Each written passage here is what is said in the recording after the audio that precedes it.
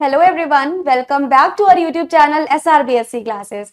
कैसे हैं आप सभी लोग और कैसी चल रही है आप सारे बच्चों की प्रिपरेशन? एक बार कमेंट करके जरूर बताइएगा। आप लोगों को लेके एग्जाम्स आने वाले हैं, जैसा कि आप बच्चों ने मुझे बताया था। किसी के 22 में से हैं, किसी के शायद 16 या 18 मई से है।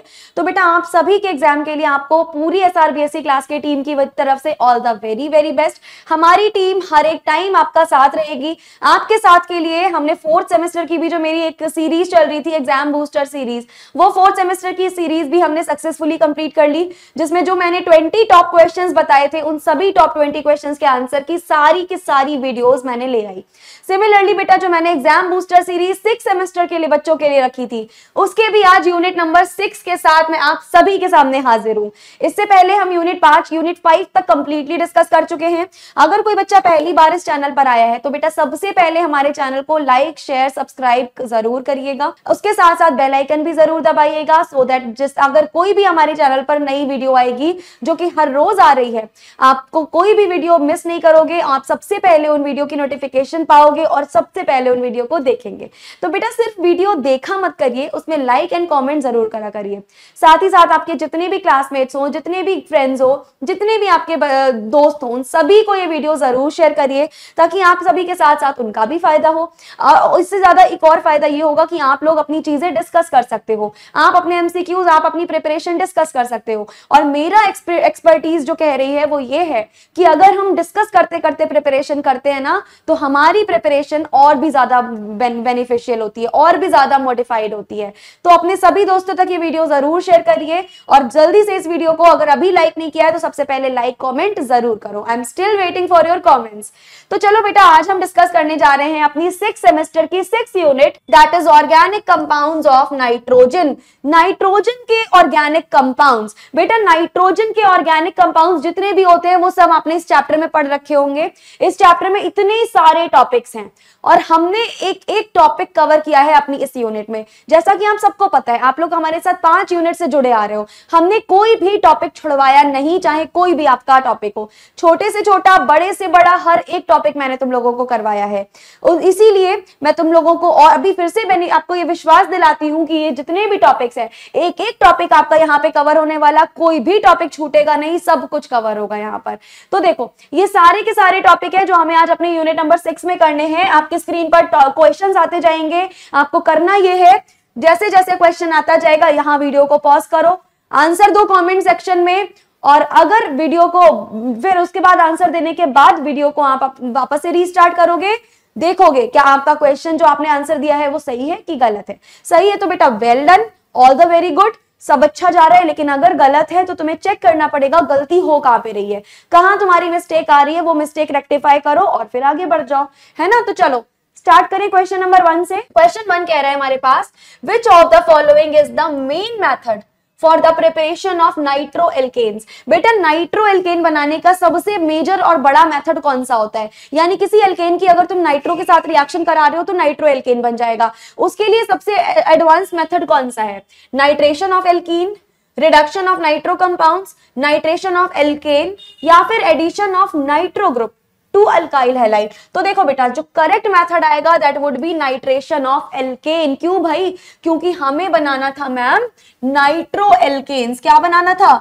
हमें बनाना था नाइट्रो एल्केन्स। नाइट्रो एल्केन्स कैसे बनता है मैम? जो हमारे पास एल्केन्स ग्रुप होते हैं, अगर उन एल्केन्स ग्रुप की हम नाइट्रो ग्रुप से रिएक्शन करा रहे हैं, एल्केन की बेटा अगर नाइट्रो के साथ रिएक्शन कराओगे तभी तो तुमको नाइट्रो एल्केन मिलेगा ना।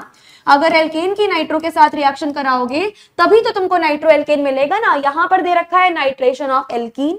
भाई नाइट्रो एल्कीन तो हमें बनानी नहीं थी, कैसे हो सकता है? Reduction of nitro compound ma'am ये भी गलत आंसर है, तो सही आंसर होगा नाइट्रेशन ऑफ एल्केन।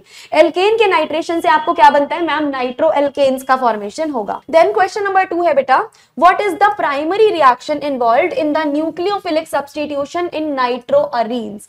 नाइट्रोअरीन्स के न्यूक्लियोफिलिक सब्स्टिट्यूशन में, सुनना ध्यान से, नाइट्रोअरीन्स के न्यूक्लियोफिलिक सब्स्टिट्यूशन में कौन सी प्राइमरी रिएक्शन इन्वॉल्व होती है? क्या वो इलेक्ट्रोफिलिक सब्स्टिट्यूशन है? क्या वो न्यूक्लियो न्यूक्लियोफिलिक सब्स्टिट्यूशन है, क्या वो एडिशन रिएक्शन है या फिर वो एलिमिनेशन रिएक्शन है। सुनो ध्यान से, इन नाइट्रोअरीन्स, जितनी भी नाइट्रोअरीन्स होती हैं उनमें न्यूक्लियोफिलिक सब्स्टिट्यूशन इन्वॉल्व होता है। ध्यान से समझना, जितने भी नाइट्रोअरीन्स हैं उसमें न्यूक्लियोफिलिक सब्स्टिट्यूशन इन्वॉल्व है। ये क्या करता है ma'am, replacement of leaving group with a nucleophile. जैसे मान लो हमारे पास X है, साथ में कोई लीविंग ग्रुप है, अब न्यूक्लियोफाइल आएगा, न्यूक्लियोफाइल X पे रिएक्ट करेगा, लीविंग ग्रुप निकल जाएगा, यानी रिप्लेस, यानी सब्स्टिट्यूशन। तो यहाँ पर ये हो गया, तो करेक्ट आंसर क्या होगा मैम, करेक्ट आंसर होगा न्यूक्लियोफिलिक सब्स्टिट्यूशन। इलेक्ट्रोफिलिक कैसी बातें कर रही हो ma'am, addition reaction, elimination reaction तो यहाँ पॉसिबल ही नहीं होती, तो यहाँ होगा आपका nucleophilic substitution via any nucleophile.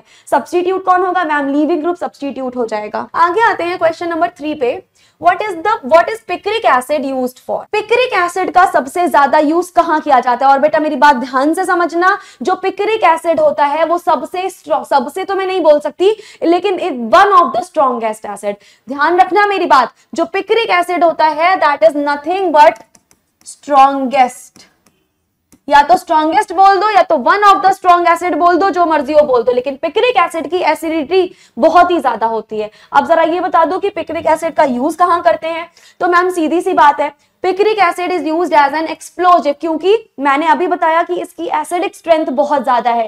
ज्यादा हाई एसिडिक स्ट्रेंथ होने की वजह से पिक्रिक एसिड का यूज एक्सप्लोजिव में बहुत ज्यादा किया जाता है, या फिर in the preparation of explosive such as की TNT यानी ट्राई नाइट्रोटोलुइन। ट्राई नाइट्रोटोलुइन का मतलब क्या होता है, ट्राई नाइट्रोटोलुइन का मतलब ये होता है, देखो टोलुइन मतलब ये बेंजीन के ऊपर CH3 ग्रुप, ट्राई नाइट्रो यानी कि एक इधर नाइट्रो ग्रुप लगेगा, एक इधर नाइट्रो ग्रुप लगेगा, एक इधर नाइट्रो ग्रुप लगेगा, तो ट्राई नाइट्रोटोलुइन एक तरीके का एक्सप्लोजिव है। ये हो गया, ये जितने भी एक्सप्लोजिव हो गए, इनकी प्रिपरेशन के लिए हम किसका यूज करते हैं मैम, इनकी प्रिपरेशन के लिए हम पिक्रिक एसिड का यूज करते हैं। एज अ डाई कैसी बातें कर रही हो, एज अ कैटलिस्ट बिल्कुल भी नहीं, यानी एज एन एक्सप्लोजिव। तो करेक्ट आंसर होगा option number C, as an explosive.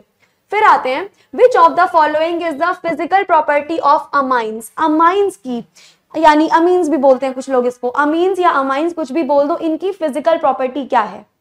क्या इनका हाई बॉइलिंग पॉइंट होता है? क्या ये लो सॉल्युबिलिटी दिखाते हैं वाटर में? क्या ये हाई वोलेटिलिटी वाले होते हैं? या फिर इनका एसिडिक नेचर बहुत ज्यादा स्ट्रॉन्ग होता है? क्या होता है भाई? तो देखो, सबसे चीज बड़ी इंपॉर्टेंट ये है कि amines generally have high boiling point. याद रखिएगा मेरी बात, जितने भी अमाइंस आप पढ़ोगे उन सभी का जो बॉइलिंग पॉइंट होता है बेटा वो बहुत ही ज्यादा हाई होता है। यही चीज है जो इसको थोड़ा सा एडवांस लेवल पे बनाते हैं। तो करेक्ट आंसर क्या होगा मैम? करेक्ट आंसर हमारे पास रहने वाला है option number A, that is high boiling point. तो one of the most important physical property of amines is high boiling point. Low solubility in water is not as much as high boiling point. उसके बाद high volatility या strong acidic nature इसकी physical properties नहीं है। तो correct answer होगा option number A. Question 5 is saying what is the structure of amines based on? जो amines के स्ट्रक्चर होते हैं बेटा, जितनी भी अमीन्स होती हैं उनके जो भी स्ट्रक्चर्स पाए जाते हैं वो स्ट्रक्चर किस चीज पे बेस्ड होते हैं? Are they based on the hybridisation of nitrogen? क्या वो नाइट्रोजन के हाइब्रिडाइजेशन पे बेस्ड है? The number of alkyl group attach, या फिर उस पे बेस्ड है कि कितने अल्काइल ग्रुप अटैच्ड हैं? और the number of electrons on nitrogen, या फिर नाइट्रोजन में कितने इलेक्ट्रॉन हैं? और the bonding with the leaving group. आपको बताना है कि जो अमीन्स के स्ट्रक्चर होते हैं वो किस पे बेस्ड होते हैं। ये रहे 4 ऑप्शन, जल्दी बताओ। तो ma'am the structure of amines depends on the hybridisation of nitrogen, कि जो आपका नाइट्रोजन है उसका हाइब्रिडाइजेशन क्या है? क्या वो sp3 हाइब्रिडाइज्ड है? क्या वो sp2 हाइब्रिडाइज्ड है? बेसिकली हाइब्रिडाइजेशन पे डिपेंड करते हैं। Which affects their geometry? बेटा हाइब्रिडाइजेशन अलग होगी तो पक्का से उसकी ज्योमेट्री भी अलग होगी, ज्योमेट्री अलग होगी तो बॉन्ड एंगल भी अलग होंगे, यानी कि करेक्ट आंसर हो जाएगा option number A, hybridisation of nitrogen. फिर आ जाओ क्वेश्चन 6 पे, how are primary, secondary and tertiary amines separated? Primary, secondary और टर्शियरी अमाइंस को सेपरेट कैसे किया जाता है? By their boiling points, by fractional distillation, by their solubility या फिर बाय एसिड बेस एक्सट्रैक्शन। ये इंपॉर्टेंट क्वेश्चन है बेटा आपका।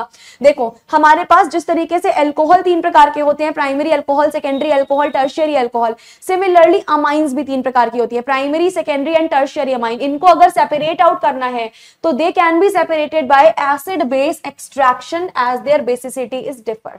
जो आपका primary, secondary and tertiary amine होता है बेटा, उन सभी की बेसिक स्ट्रेंथ या उन सभी की बेसिसिटीज अलग अलग होती है। तो उनकी बेसिसिटी क्योंकि अलग अलग होती है, दैट इज व्हाई हम उनको सेपरेट करने के लिए अपना acid base extraction method use करते हैं। तो करेक्ट आंसर क्या होगा? इनका करेक्ट आंसर होगा option number D, that is by acid base extraction. ठीक है जी। फिर आ जाओ, what are the amines salt used in organic synthesis. जितनी भी ऑर्गेनिक सिंथेसिस होती हैं वहां पे अमीन्स के सॉल्ट्स का किस प्रकार से यूज किया जाता है?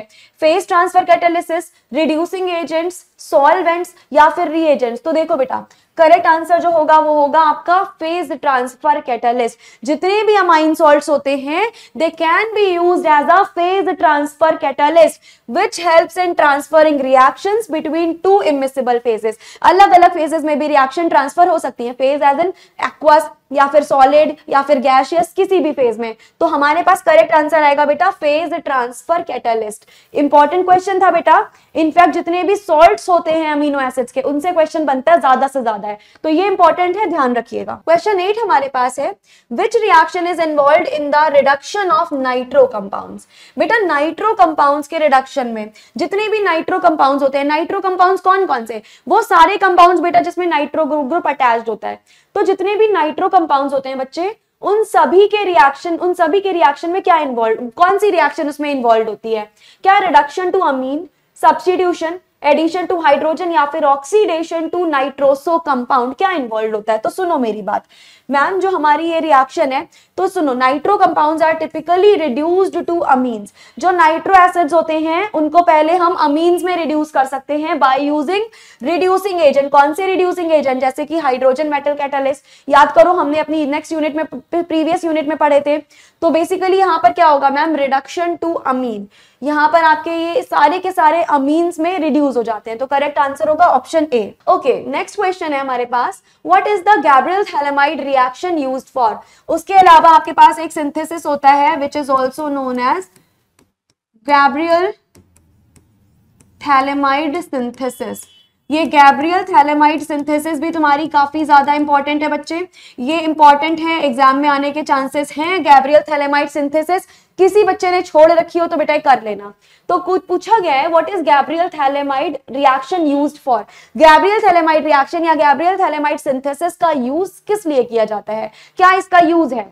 Preparation of alkyl amines, preparation of aryl amines, reduction of aldehyde या फिर formation of carbon carbon bonds. क्या सही होने वाला है मैम? जितने भी हमारे पास गैब्रियल थैलेमाइड सिंथेसिस हैं उन सभी का यूज करते हैं प्रिपरेशन ऑफ अल्काइल अमाइंस में। बहुत ध्यान रखना, जिस बच्चे ने गैब्रियल थैलेमाइड पढ़ा होगा उसको पता होगा, जब जब गैब्रियल थैलेमाइड हम पढ़ते हैं तब तब हमें बनाने होते हैं अल्काइल अमाइंस। सुनो, the Gabriel phthalimide reaction is used to prepare alkyl amines by the reaction of thalamide with an alkyl halide। यानी तुम्हारा जो थैलेमाइड होता है, सुनना ये रिएक्शन ध्यान से, जो तुम्हारे पास थैलेमाइड होता है, अगर इस थैलेमाइड के रिएक्शन हम अल्काइल हैलाइड से करवा दें, कोई भी अल्काइल हैलाइड ले लो, अगर इसकी रिएक्शन हम अल्काइल हैलाइड से कराते हैं, फॉर एग्जांपल मैंने RX ले लिया अल्काइल हैलाइड, तो किसका फॉर्मेशन होगा मैम? जैसे ही हमने इसकी रिएक्शन कराई हमारे पास फॉर्मेशन होगा अल्काइल अमाइंस का। किसका फॉर्मेशन होगा हमारे पास मैम? फॉर्मेशन होगा अल्काइल अमाइंस का। कौन सा अल्काइल? देखो ये वाला जो अल्काइल हैलाइड लिया है, अब ये जो थैलेमाइड होगा वो इस पे अटैक करेगा, जिससे ये वाला लीविंग ग्रुप जो है वो लीव कर जाएगा। जैसे ही लीविंग ग्रुप लीव करेगा तुम्हारे पास फॉर्मेशन हो जाएगा अल्काइल अमाइन का। किसका मैम? अल्काइल अमाइन का। तो करेक्ट ऑप्शन क्या हुआ? ऑप्शन नंबर ए। अब जिस बच्चे ने कभी नहीं पढ़ा था आज यहाँ उसको भी ये चीज क्लियर हो गई होगी। दैट इज वाई मैंने स्टार्टिंग में ही बोला था बेटा, हम एक भी टॉपिक अनटच्ड नहीं रहने देंगे। एक एक टॉपिक, एक एक इंपॉर्टेंट टॉपिक के यहाँ एमसीक्यूज भी मिलेंगे और डिटेल में मैं आपको उसका आंसर भी बताऊंगी। तो बिल्कुल सही से अपना अटेंटिवली लेक्चर देखो, पूरा ध्यान लेक्चर पे अपना लगाओ। क्वेश्चन 10 कह रहा है, what is Hoffmann bromamide reaction. अब बेटा हॉफमैन ब्रोमामाइड रिएक्शन भी तुम्हारी बहुत ज्यादा इंपॉर्टेंट रिएक्शन है। One of the important reaction is your Hoffmann bromamide reaction. देखो होता क्या है इसमें, सुनो। हॉफमैन ब्रोमामाइड रिएक्शन का यूज किस लिए किया जाता है? देखो सबसे ज्यादा बेटा सवाल तुम्हारे एमसीक्यूज है तो वो पूरी रिएक्शन तो दे नहीं सकते, वो दे सकते हैं कि रिएक्टेंट ये है, बताओ प्रोडक्ट क्या मिलेगा, प्रोडक्ट ये है, रिएक्टेंट क्या मिलेगा, रिएक्शन ये है, इसका नाम क्या होगा, या फिर इस पर्टिकुलर रिएक्शन का यूज क्या करा जा सकता है। यहां से एमसीक्यूज बनेंगे और तुम्हें इन्हीं फैक्टर्स पे अपने काम करना है। तो पूछा है कि आपका जो हॉफमैन ब्रोमामाइड रिएक्शन है वो किस चीज के लिए यूज की जाती है, तो सुनना, जो हॉफमैन ब्रोमामाइड रिएक्शन है बेटा, this is used to convert amide to amines by the action of bromine and a base. जैसे कि तुम्हारा यहां पर एक अमाइड है, अगर अमाइड को मैं कन्वर्ट करा दूं किसमें मैम, अमाइड को अगर मैं अमाइंस में कन्वर्ट करा दूं, अगर किसकी प्रेजेंस में मैम, ब्रोमीन या फिर बेस की प्रेजेंस में, तो this reaction is called as a Hofmann bromamide reaction. यानी कि मैम इस रिएक्शन का यूज किया जाता है अमाइड्स को अमाइंस में कन्वर्ट कराने के लिए। दैट मींस ऑप्शन ए जो है वो हमारा बिल्कुल सही आंसर होने वाला है। 11th क्वेश्चन है, विच reaction is used for the electrophilic aromatic substitution in amines. Amines में इलेक्ट्रोफिलिक एरोमेटिक सब्स्टिट्यूशन के लिए इनमें से कौन सी रिएक्शन का यूज किया जाता है? Friedel craft electrophilic aromatic substitution, nucleophilic substitution या फिर डील-सेल्डर रिएक्शन। तो देखो बेटा हमारे पास जो यहाँ पे यूज किया जाता है that is electrophilic aromatic substitution. क्यों भाई? क्योंकि यहाँ हमें एरोमेटिक सब्स्टिट्यूशन इन्वॉल्व करना है। एरोमेटिक सब्स्टिट्यूशन न्यूक्लियोफिलिक में तो पॉसिबल ही नहीं है, तो कहाँ पॉसिबल है ma'am? In electrophilic aromatic substitution the amine group directs the incoming electrophile to the ortho and para position. तुमसे ये पोजिशन भी पूछी जा सकती है, तो ये पोजिशन को खास ध्यान रखना, कौन सी पोजिशन पे होता है। These are on ortho and para position of the aromatic ring. By chance किसी बच्चे को नहीं पता हो तो सुनो, ये तुम्हारी एरोमेटिक रिंग है। एरोमेटिक रिंग में बेटा जो ये वाला पोर्शन है, एरोमेटिक रिंग का जो तुम्हारा ये वाला और ये वाला पोर्शन है, this is called as your para position. This is your para position, समझ आया? उसके बाद में जो ये वाला पोर्शन है आपका, this is called as your ortho position. कौन सी पोजीशन मैम? ये हमारी ऑर्थो पोजीशन है। ये दोनों हो गई ऑर्थो पोजीशन, ये दोनों हो गई पैरा पोजीशन, और भी बता देती हूं मैं, बची ये वाली पोजीशन और ये वाली पोजीशन। तो बेटा this position is called as your meta position. कौन सी पोजीशन? This position is called as your meta position. और ये वाली रिएक्शन में पोजीशंस कहाँ होती है मैम? ऑर्थो एंड पैरा, यानी ऑर्थो एंड पैरा ये वाली पोजीशंस यहाँ पर ऑक्यूपाइड होती हैं। तो ये काफी इंपॉर्टेंट चीजें हैं बेटा, याद रखिएगा। तो हमारे पास करेक्ट आंसर क्या आएगा मैम? करेक्ट आंसर है हमारे पास इलेक्ट्रोफिलिक एरोमेटिक सब्स्टिट्यूशन, यानी option B is the correct answer. How are amines typically reacted with nitrous acid? Nitrous acid का मतलब क्या होता है? नाइट्रस एसिड का मतलब होता है HNO2। अब नाइट्रस एसिड के साथ अमाइंस किस प्रकार से रिएक्ट करती हैं? सुनो मेरी बात ma'am, amines react with nitrous acid to form diazonium salt. जब अमाइंस आपकी नाइट्रस एसिड के साथ रिएक्शन करती हैं तो they always form diazonium salts. और डायएजोनियम सॉल्ट का बेटा आगे चल के बहुत यूज तुम पढ़ोगे, तुमने तुम्हारी 12th क्लास में भी यूज पढ़ा होगा, जिस भी बच्चे ने ढंग से पढ़ा होगा। डायएजोनियम सॉल्ट का यूज काफी नेम रिएक्शन में भी करते हैं, जैसे सेंडमेयर रिएक्शन हो गई। मुझे जरा कमेंट सेक्शन में बताओ कौन कौन सी वो रिएक्शन है जहां पर तुम अपनी डायएजोनियम सॉल्ट्स का यूज करते हो एज अ नेम रिएक्शन, बताओ। एंड हाँ, यहाँ पर देखो, amines react with nitrous acid for the formation of diazonium salt which are key intermediates in the synthesis of aryl components. तो किसका फॉर्मेशन होता है मैम? यहाँ फॉर्मेशन हो जाएगा डायज़ोनियम सॉल्ट्स का। नाइट्रोसो का, हाइड्रोक्सिल अमाइंस का कोई फॉर्मेशन नहीं होगा, ना ही रिडक्शन होगा। तो करेक्ट आंसर होगा ऑप्शन नंबर ए। 13 क्वेश्चन है, what is azo coupling used for in organic chemistry? हमारी ऑर्गेनिक केमिस्ट्री में जो एजो कपलिंग होती है उसका यूज कहाँ किया जाता है? तो सुनना मेरी बात ध्यान से, एजो कपलिंग बहुत ही फेमस है और बहुत ही इंपॉर्टेंट है। किस जगह पर मैम? एजो कपलिंग बहुत इंपॉर्टेंट है सिंथेसिस ऑफ एजो डाइस के लिए। जितनी भी डाइस का सिंथेसिस होता है, जितना एजो डाइस का सिंथेसिस होता है, वो एजो कपलिंग के थ्रू ही होता है। तो ध्यान रखना, azo coupling is used in the synthesis of azo dyes by coupling an aromatic diazonium salt with an aromatic compound. देखो ध्यान से, यहां भी तुम्हारा डायज़ोनियम सॉल्ट का इस्तेमाल किया गया है। तो इसका सही आंसर क्या होगा मैम? इसका सही आंसर होने वाला है सिंथेसिस ऑफ एजो डाइस। यानी कि एजो कपलिंग का यूज क्या डायज़ोनियम के लिए करते हैं? नहीं करते। क्या नाइट्रो के साथ रिडक्शन? बिल्कुल नहीं। क्या एडिशन ऑफ एल्काइल ग्रुप्स? बिल्कुल नहीं। तो करेक्ट आंसर क्या होगा? Synthesis of azo dyes. Azo dyes के सिंथेसिस के लिए इसका यूज करते हैं। 14th क्वेश्चन है, which of the following is a synthetic transformation of aryl diazonium salts। Aryl diazonium salts का सिंथेटिक ट्रांसफॉर्मेशन क्या है? Azo coupling, nucleophilic substitution, Friedel Crafts या इलेक्ट्रोफिलिक। बेटा अभी हमने इसके बारे में डिस्कस किया था एजो कपलिंग। एजो कपलिंग क्या मैम? ये एजो डाइज के लिए यूज किया जाता है और अराइल डायazonium salts जो हैं वो एजो कपलिंग में जाते हैं, जहां पे they couple with aromatic compounds for the formation of azo dyes. Same concept, अलग क्वेश्चन। हर बार मैं बताती हूं तुमको, एक कॉन्सेप्ट से अलग अलग क्वेश्चंस मिलेगा। एक ही चीज के बारे में 10 चीजें वो पूछ सकता है, तो तुम्हें 10 चीजें तैयार रखनी है अपनी। तो यहाँ पे करेक्ट आंसर क्या होगा मैम? हमारा कौन सा सिंथेटिक ट्रांसफॉर्मेशन होगा? Azo coupling. तो करेक्ट आंसर है ऑप्शन नंबर ए। नेक्स्ट है हमारे पास, what is the characteristic feature of amines in terms of their basicity. Amines का कैरेक्टरिस्टिक फीचर बेटा क्या होगा in terms of their basicity, उनकी बेसिसिटी के टर्म्स में? सुनो मेरी बात, क्या उनके नाइट्रोजन जो है वो इजीली प्रोटोनेटेड होंगे? Their basicity increases with the size of alkyl groups. क्या अल्काइल ग्रुप के साइज बढ़ने के साथ साथ उनकी बेसिसिटी इंक्रीज हो जाएगी?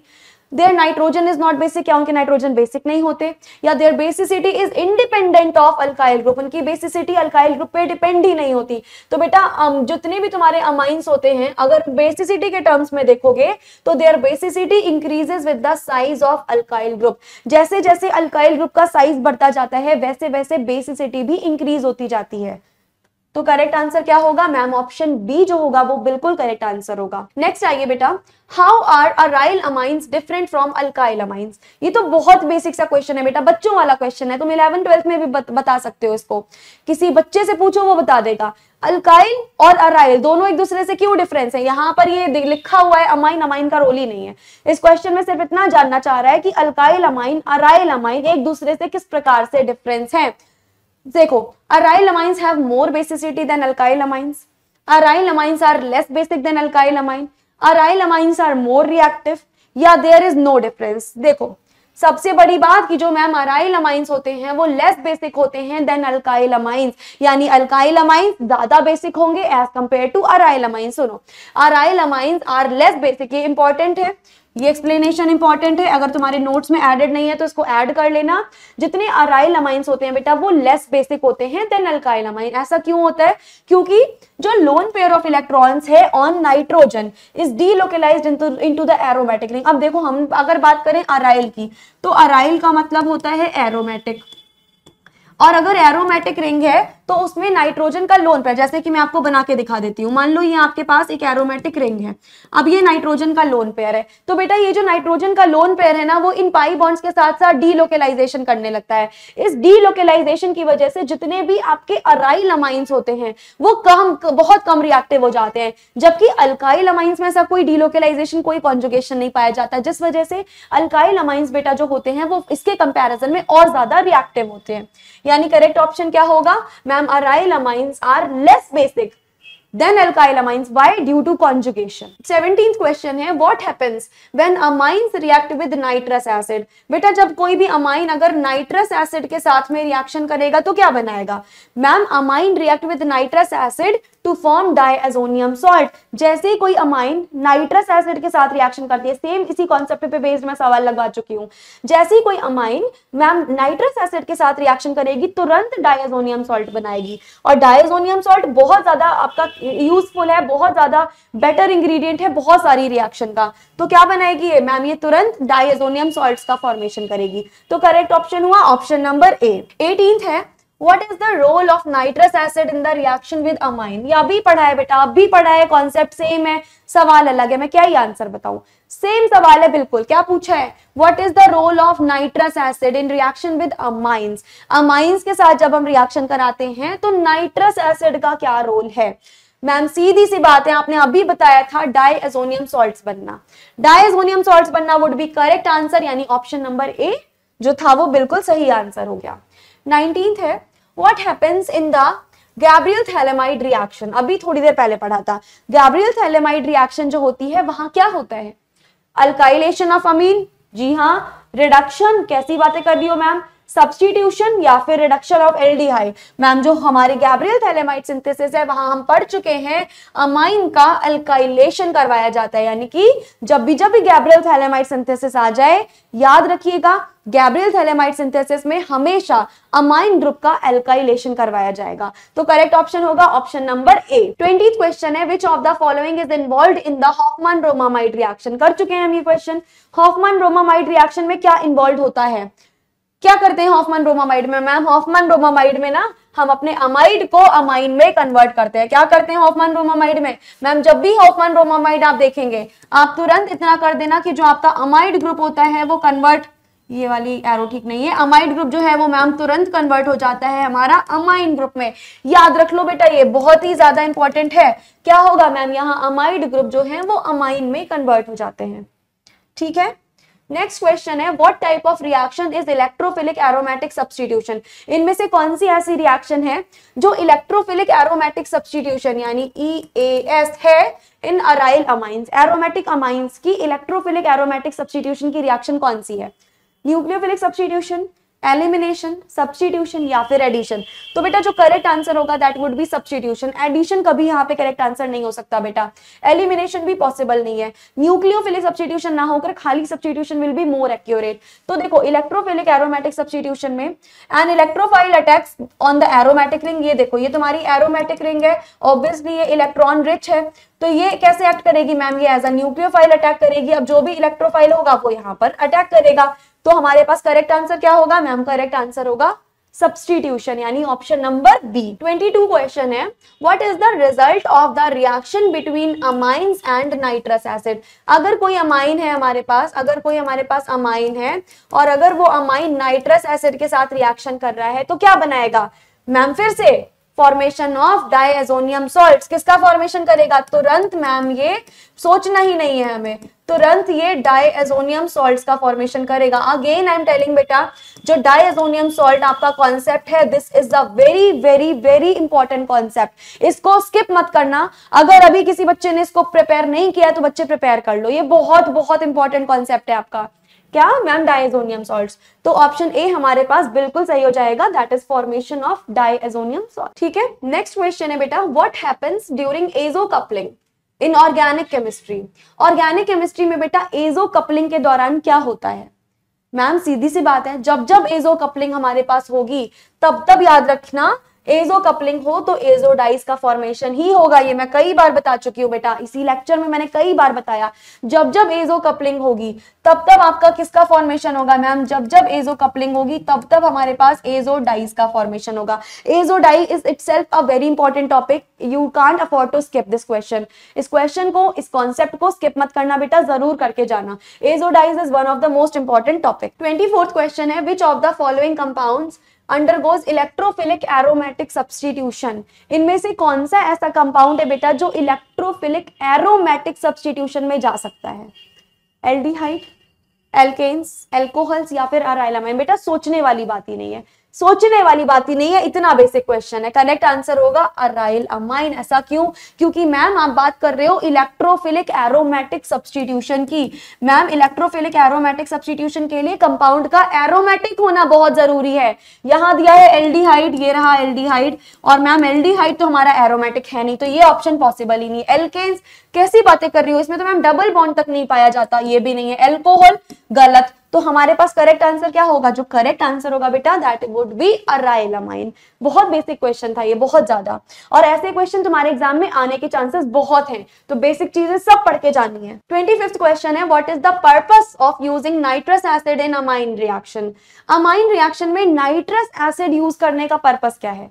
क्यों नाइट्रस एसिड यूज किया जाता है? बेटा स्टेटमेंट बदली है, सिर्फ केवल स्टेटमेंट बदली है, चीजें वैसी ही हैं, सिर्फ तुम्हारी स्टेटमेंट यहाँ पर बदली है। तो देखो क्या होगा, कौन सा पर्पस है इस चीज का? तो सिंपल सी बात है, डायएजोनियम सॉल्ट्स। मैम अगर आप ध्यान दीजिए, अगर आप अपनी अमाइन की रिएक्शन में नाइट्रस एसिड का यूज करते हो, अगर आप अमाइन की रिएक्शन में मैम नाइट्रस एसिड का यूज करते हो, तो आपका पर्पस एक ही है नाइट्रस एसिड यूज करने का, डायएजोनियम सॉल्ट्स का फॉर्मेशन करना for the production of diazonium salts, यानी option A would be the correct answer. चलिए 26th क्वेश्चन पे देखते हैं.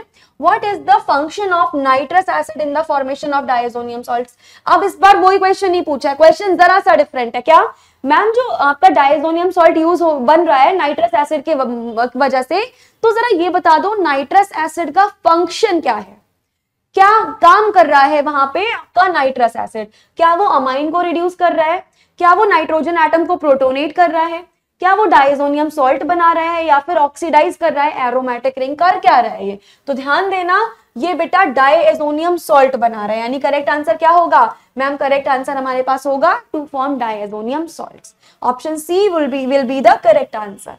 27th है, which of the following reactions involves the reduction of nitro compound? इनमें से कौन सी ऐसी रिएक्शन है which involves reduction of nitro compounds, जिसमें नाइट्रो कंपाउंड्स का, नाइट्रो कंपाउंड्स जिसमें नाइट्रो ग्रुप पाया जाता है, जिसमें नाइट्रो कंपाउंड का रिडक्शन हो जाता है. Reduction to amine, reduction to aldehyde, reduction to alcohol, या फिर reduction to carboxylic acid. Correct answer होगा आपका option number A. Nitro compounds can be reduced to amines. Nitro compound को अमाइंस में रिड्यूस कर दिया जाता है. कैसे ma'am? By using reducing agent, जैसे कि आपका हाइड्रोजन पैलेडियम. तो हमारे पास करेक्ट ऑप्शन होगा रिडक्शन टू अमाइन. उनका रिडक्शन अमाइन में हो जाता है. क्यों भाई? क्योंकि मैम हम अमाइन वाले ही तो ग्रुप्स पढ़ रहे हैं, तो सिंपल सी बात है अमाइंस में ही तो रिडक्शन होगा. Option A is the correct. Next है, what happens in the Hofmann bromamide reaction? Hofmann bromamide reaction में क्या होता है? क्वेश्चन रिपीटेड है बेटा, दैट मीन्स ये क्वेश्चन आपका काफी इंपॉर्टेंट है, ध्यान से कर लेना. जो मैम हॉफमैन ब्रोमामाइड रिएक्शन होता है, सीधी सी बात है, आप हमें बहुत बार बता चुके हो, अमाइड से अमाइन में कन्वर्जन होता है. इतनी बार मैं तुमको एक एक कॉन्सेप्ट क्लियर कर दूंगी, तुम्हारे दिमाग में चीजें बैठ जाएंगी. तुमको सिर्फ कुछ नहीं करना है, ये लेक्चर बहुत अटेंटिवली देखना है, पूरे दिमाग खोल के ये लेक्चर देखो. और अगर किसी बच्चे ने लेक्चर अभी तक लाइक नहीं किया तो सबसे पहले लाइक करो. इतनी मेहनत हम किस लिए कर रहे हैं? सिर्फ आपके रिजल्ट के लिए, सिर्फ आपके प्यार के लिए, आपके मोटिवेशन के लिए. और आपसे मोटिवेशन मिलता है जब आप लाइक, कमेंट और शेयर करते हो. तो लाइक करना बिल्कुल भूलिएगा मत. हमारी मेहनत के लिए एटलीस्ट हम एक लाइक तो डिजर्व कर ही रहे हैं. I deserve a like from all of you. तो do like this session and बहुत ध्यान से देखते जाओ. 28th क्वेश्चन हमारे हो गए हैं. We are now moving on 29th question. This is saying which of the following reaction is an example of electrophilic aromatic substitution? कौन सी रिएक्शन में इलेक्ट्रोफिलिक एरोमेटिक सब्स्टिट्यूशन है? Friedel Crafts, nucleophilic substitution, Diels Alder, या electrophilic aromatic substitution? तो जो correct answer है आपका electrophilic aromatic substitution, C. Electrophilic aromatic substitution involves the replacement of hydrogen atom. Hydrogen atom का रिप्लेस करवा देते हैं on the aromatic ring with an electrophile. और बेटा कॉमन रिएक्शंस है बहुत ज्यादा ये. किसकी मैम? अराइल अमाइंस की. तो करेक्ट आंसर क्या होगा मैम? करेक्ट होगा option number C, that is electrophilic aromatic substitution. है ना जी? सी है हमारे पास बिल्कुल करेक्ट आंसर.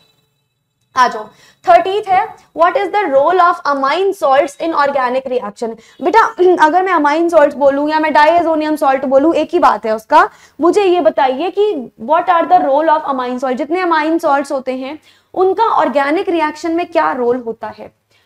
कैटलिस्ट की तरह बिहेव करते हैं, फ्री रेडिकल को स्टेबलाइज करते हैं, फेज ट्रांसफर कैटालिसिस का काम करते हैं, या न्यूक्लियोफाइल्स होते हैं? इसका मैं आपको कई बार बता चुकी हूं बेटा, इनका इकलौता काम होता है फेज ट्रांसफर कैटालिस्ट का. यानी कि एक फेज से दूसरे फेज में भी रिएक्शन प्रोवाइड करवाने का. सॉलिड, लिक्विड, गैस, एक्वस, किसी भी फेज में आप ये रिएक्शन को प्रोवाइड करवा सकते हो. तो सी हमारे पास बिल्कुल सही आंसर होगा. 31 है, which of the following reaction is used for the reduction of nitro compounds to amines?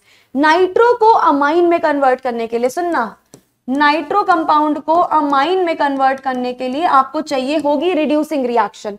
कौन सी रिएक्शन का यूज करते हैं? क्या गैब्रियल थैलेमाइड का यूज करते हो? क्या हाइड्रोजनेशन यूज करते हो?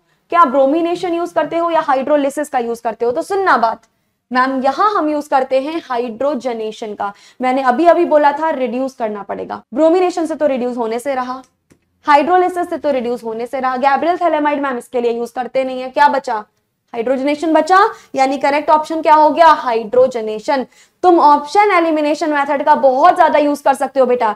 जितना ज्यादा तुम अपने ऑप्शन एलिमिनेट करोगे, जितने ज्यादा आपके ऑप्शन एलिमिनेट होते जाएंगे, उतना सही आंसर तुम्हारे सामने आता जाएगा. तो इसका करेक्ट आंसर है आपका option number B hydrogenation. Next आ जाओ, what is the purpose of Gabriel phthalimide reaction in organic synthesis. हमारी जो ऑर्गेनिक सिंथेसिस है उसमें गैब्रियल थैलेमाइड सिंथेसिस का पर्पस क्या है? अल्काइल अमाइन बनाना, एजो कंपाउंड का सिंथेसिस करना, नाइट्रो कंपाउंड बनाना या अराइल अमाइन बनाना। बेटा कॉन्सेप्ट वही है जो पुराने हैं, यहाँ आपको ऑप्शंस बदल दिए गए, ऑप्शन देने का तरीका बदल दिया गया, सिर्फ आपके दिमाग से खेल रहा है वो। कॉन्सेप्ट याद रखोगे सारे सवाल लग जाएंगे। तो बेटा सुनना ध्यान से, जो गैब्रियल थैलेमाइड रिएक्शन है, this is used to prepare alkyl amines by reacting phthalimide with alkyl halide. जैसे ही आपकी थैलेमाइड की अल्काइल हैलाइड के साथ रिएक्शन कराते हो, आपका अल्काइल अमाइन का फॉर्मेशन होगा, यानी कि मैम हमारा अराइल अमाइन नहीं, नाइट्रो नहीं, एजो गलत, अल्काइल अमाइंस का फॉर्मेशन होगा। Option A will be correct answer. What happens during the reduction of aldehydic and ketonic compounds in the presence of amines. बेटा एल्डिहाइडिक और कीटोनिक कंपाउंड्स का reduction करते हैं अगर हम अमाइंस की प्रेजेंस में, तो क्या होता है? इमीन का फॉर्मेशन होगा, डाइजोनियम सॉल्ट्स का फॉर्मेशन होगा, एल्कोहल्स का फॉर्मेशन होगा या फिर एस्टर्स का फॉर्मेशन होगा। तो बेटा करेक्ट आंसर होगा फॉर्मेशन ऑफ इमीन्स। देखो amines can reduced aldehydic and ketonic compound. जितने भी एल्डिहाइडिक या कीटोनिक फंक्शनल ग्रुप वाले कंपाउंड होते हैं, अमाइन उसको तुरंत रिड्यूस कर देगा। एंड किसके लिए मैम? तुरंत रिड्यूस करके इमीन्स का फॉर्मेशन करेगा। किसका मैम? इमीन्स का फॉर्मेशन करेगा। Which are important intermediates in organic reaction. जो इमीन्स होती हैं बहुत ही इंपॉर्टेंट इंटरमीडिएट होती है बेटा कई सारी ऑर्गेनिक रिएक्शन का। जब आप ऑर्गेनिक पढ़ते हो डिटेल में, ऑर्गेनिक नेम रिएक्शंस की बात करते हो, तो एज एन इंटरमीडिएट कई बार इमीन्स आपका आएगा, कई बार आप इमीन्स को एनकाउंटर करोगे। तो हमारे पास इसका काम क्या होता है मैम? जैसे ही आपका एल्डिहाइडिक कीटोनिक कंपाउंड का रिडक्शन होता है अमाइन की प्रेजेंस में, तो फॉर्मेशन हो जाता है इंटरमीडिएट का, विच इज इमीन्स। इमीन्स क्या है मैम? इमीन्स हमारे पास एक इंटरमीडिएट का काम करता है। ठीक है, आगे बढ़ो। 34th क्वेश्चन कह रहा है Which of the following reactions is used in the formation of aryl diazonium salt? बेटा अराइल का मतलब है एरोमेटिक। एरोमेटिक डाइएजोनियम सॉल्ट बनाने के लिए कौन से रिएक्शन का यूज करते हैं? Reaction of amines with nitrous acid, reaction of amines with halogens, Friedel craft reaction या फिर न्यूक्लियोफिलिक सब्स्टिट्यूशन। तो यहां जिस रिएक्शन का यूज किया जाता है बच्चा, that is your reaction of amines with nitrous acid. सुनना, अमाइंस जो है बेटा वो तुरंत आपके नाइट्रस एसिड के साथ में रिएक्शन करती हैं। नाइट्रस एसिड के साथ रिएक्शन करते ही डायजोनियम सॉल्ट बनाती हैं, जैसा बता चुकी हूँ। जो डायजोनियम सॉल्ट होता है मैम वो तो हमारे पास की इंटरमीडिएट होता है, यानी इसका काम क्या हुआ मैम? इसका काम हुआ ma'am it reacts with the nitrous acid for the formation of diazonium salts. बेटा एक ही कॉन्सेप्ट है लेकिन वो किसी भी तरीके से पूछ सकता है, तुम्हें हर तरीके के लिए तैयार रहना है, ठीक है ना। नेक्स्ट क्वेश्चन हमारे पास ये है, what happens in the formation of azo compounds. Azo compounds के फॉर्मेशन में मैम क्या होता है? Coupling of diazonium salts with aromatic compounds, reaction of amines with halogens, reduction of nitro compound या फिर substitution of alkyl groups. Same चीज बेटा मैं बता चुकी हूं लेकिन यहाँ बहुत अलग तरीके से क्वेश्चन पूछा है। And this is an important question क्योंकि यहाँ पे बहुत सारे बच्चे कंफ्यूज होंगे ऑप्शन देख के। बहुत कंफ्यूजिंग क्वेश्चन है, ध्यान से सुनना। तो जो बेटा तुम्हारे पास यूज करते हैं हम एजो कंपाउंड्स का, दिस इज यूज, ये होता है जब हम कपलिंग करवाते हैं डायएजोनियम सॉल्ट की एरोमेटिक कंपाउंड में। ये सेम चीज मैं तुमको बता चुकी हूँ लेकिन उसका क्वेश्चन पूछने का तरीका इतना यूनिक है बच्चा, इतना यूनिक कि कोई भी बच्चा यहाँ पर बहुत कंफ्यूज हो जाए। तो हमारे पास आंसर क्या होगा?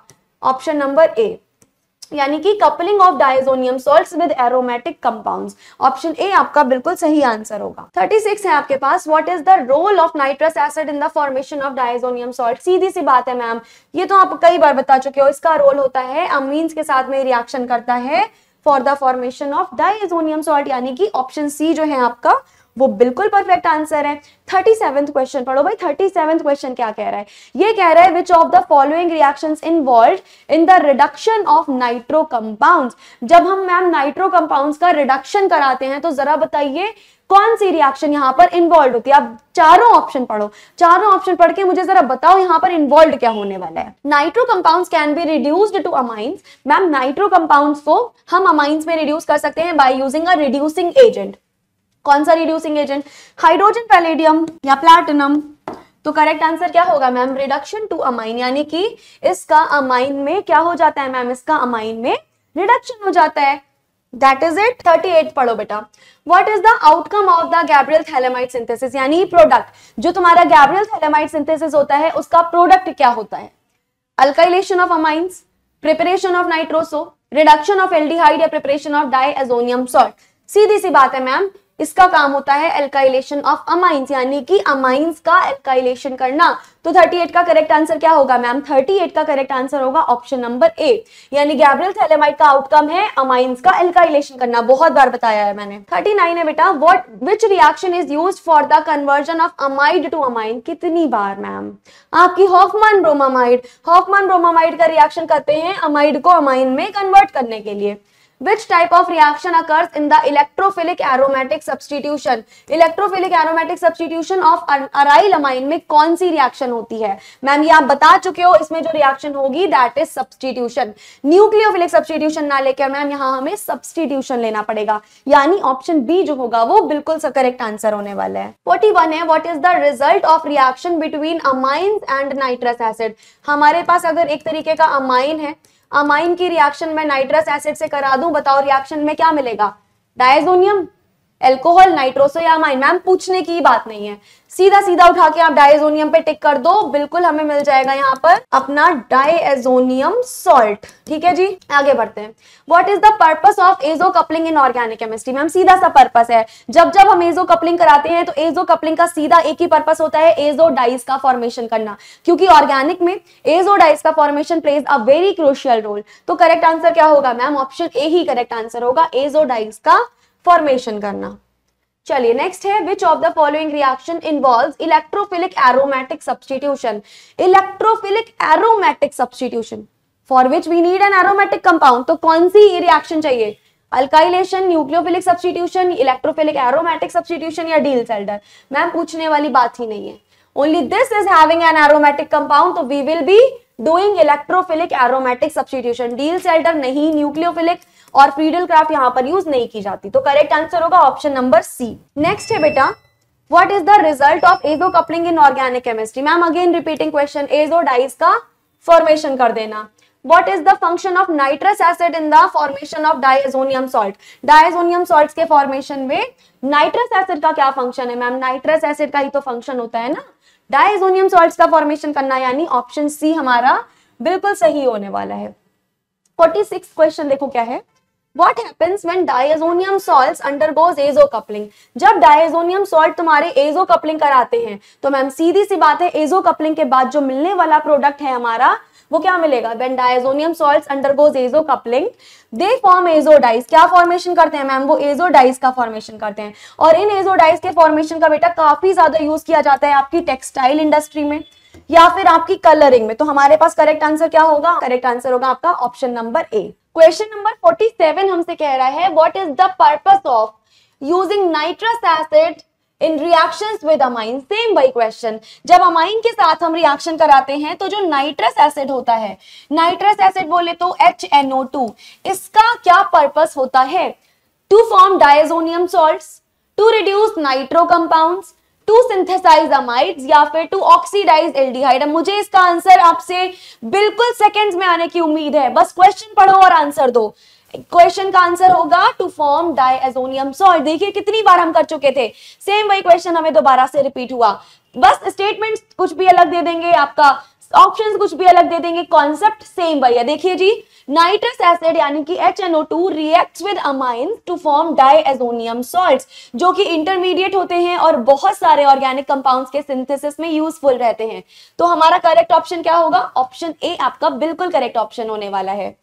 चलिए नेक्स्ट क्वेश्चन पे मूव ऑन करते हैं। 48 कह रहा है हमसे, what is the product of the reaction between an aromatic diazonium salt and aromatic compound. अगर कोई aromatic compound aromatic diazonium salt के साथ रिएक्शन कर रहा है तो जो प्रोडक्ट बनेगा वो क्या बनेगा? क्या वो एक एजो डाई बनेगी? क्या वो एक एल्कोहल बनेगा? क्या वो एल्डिहाइड बनेगा या फिर कीटोन बनेगा? ध्यान से पढ़िएगा, इंपॉर्टेंट सवाल है ये, देखिएगा ध्यान से।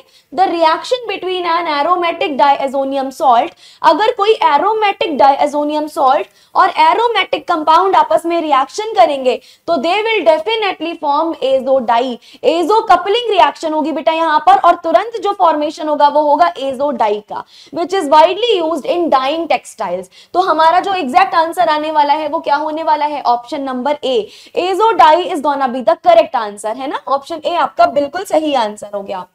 49th क्वेश्चन है अभी, which of the following is an electrophilic aromatic substitution reaction in amines? amines में इनमें से कौन सी रिएक्शन एक इलेक्ट्रोफिलिक एरोमेटिक सब्स्टिट्यूशन रिएक्शन है? देखिएगा, क्या addition of a nitro group, क्या addition of an alkyl group, क्या substitution of a hydrogen atom with an electrophile, या फिर substitution of a hydroxyl group? तो देखिए बच्चा, in electrophilic aromatic substitution reaction hydrogen atom on the aromatic ring is replaced by electrophile. ये देखिए, मान लीजिए ये कोई भी एरोमेटिक रिंग है, अगर इस हाइड्रोजन एटम को रिप्लेस कर दिया गया किससे? किसी भी इलेक्ट्रोफाइल से।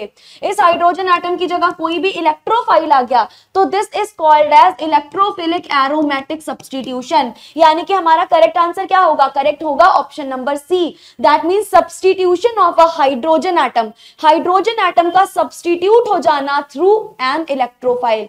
करेक्ट ऑप्शन कौन सा होगा? करेक्ट ऑप्शन होगा आपका ऑप्शन नंबर सी, है ना। I hope this is clear. ये इंपॉर्टेंट क्वेश्चन है बेटा, याद जरूर रख लेना इस क्वेश्चन को। तो आज का हमारा लास्ट क्वेश्चन हमारे सामने कुछ इस प्रकार का है, विच reaction is involved in the formation of azo compounds. इतना इजी क्वेश्चन। चलो बेटा, आखिरी क्वेश्चन में कमेंट्स भर दो आंसर से, आपके आज के कमेंट्स भर जाने चाहिए इस आंसर से। जल्दी, जितने भी बच्चे मुझे देख रहे हैं तुरंत कमेंट सेक्शन में इसका आंसर मेंशन करो कि एजो कंपाउंड्स के फॉर्मेशन में कौन सी रिएक्शन इन्वॉल्व होती है। मैम सेकंड्स में बता देंगे हम, एजो कपलिंग, आपकी एजो कपलिंग रिएक्शन इन्वॉल्व होती है for the formation of azo dyes. तो ये थे हमारे top 50 questions of this unit. उम्मीद करती हूं ये सारे क्वेश्चन आपको बहुत अच्छे से समझ आए होंगे, आपकी यूनिट पूरी बहुत अच्छे से रिवाइज हो गई होगी। और एक बार मेरी तरफ से all the very very best for your exam. अच्छे से एग्जाम दीजिएगा और हम आगे की यूनिट आपके लिए जल्दी ही लेकर आएंगे। Thank you so much.